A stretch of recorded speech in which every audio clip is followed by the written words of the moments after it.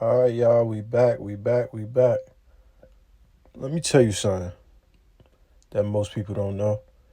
You have the legal rights to dispute anything on your credit report that is inaccurate, outdated, or unverifiable. Anything. And the credit bureaus are required by law to investigate every single dispute you file.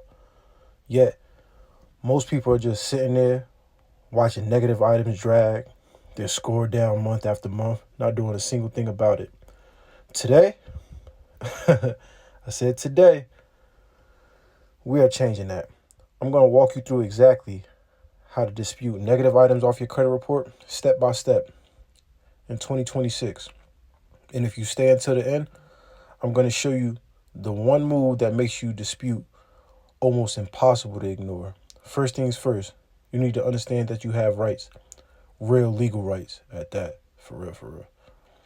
The Fair Credit Reporting Act, also now known as the FCRA, is a federal law that protects you. It says that every single time or every single item on your credit report must be 100% accurate and verifiable. If it is not, it has to come off, period. It does not matter if the debt is real. If they cannot verify it accurately, they are required to remove it. That is the law. And most people have no idea this exists. But now you do. And that changes everything. All right, step one. You need to see exactly what is on your credit report before you can dispute anything. Go to annualcreditreport.com. That is the only official free credit report site. You can pull your credit reports from all three bureaus, Experian, Equifax, TransUnion, because here's the thing. Negative items might show up differently on each one, or they might only be on one bureau and not the others. You need to see all three. Once you have your reports, go through them line by line. Look for anything that looks wrong. Late payments you don't recognize, collections that aren't yours, accounts you never opened, balances that are higher than they should be. Write everything down. Every single thing that looks off, that is your dispute list. Step two is writing your dispute letter. Now, this is where most people freeze up and do nothing. They think it has to be complicated or legal or formal. It don't. It doesn't. Your dispute letter just needs three things.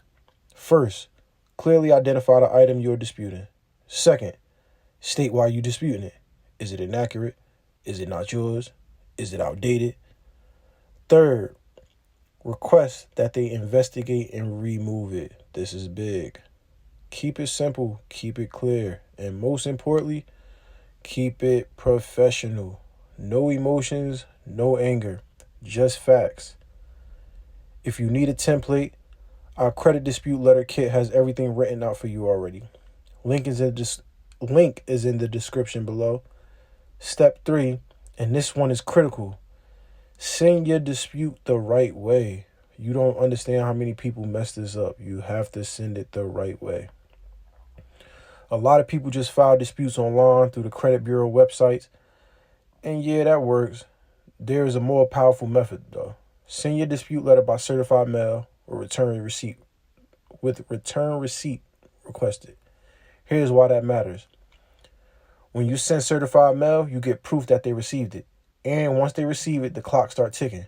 By law, they have 30 days to investigate and respond to your dispute. If they don't respond within 30 days, guess what? The item has to be removed from your report. That piece of paper with the certified mail receipt is your evidence, your protection. Never dispute something important without it. Step 4 is following up. Most people send one letter and then just wait and hope. This is not how this works. After you send your dispute, you need to track it. Mark your calendar for 30 days from the date they received your letter. If you don't hear back in 30 days, follow up immediately. If they respond and say the item was verified, don't give up. You could dispute again with additional evidence. You can escalate to the CFPB, Consumer Financial Protection Bureau, for y'all that don't know. You can dispute directly with the original creditor. One no does not mean it is over. People have gotten items removed after multiple rounds of disputes. Stay persistent, stay professional, stay consistent. Now here's the move I promised you at the beginning. The one that makes your dispute almost impossible to ignore. When you write your dispute letter, include a method of verification request. That means you are not just asking them to investigate. You are specifically asking them to provide the exact method they use to verify the information. Name of the person who verified it. My apologies, y'all. I keep messing up a little bit. I was over here smoking a little bit. My apologies. Name of the person who verified it. The documents they reviewed. The dates. Everything. Most creditors and collections agencies do not keep detailed records, for real. When you ask for specific verification details, they often cannot provide them.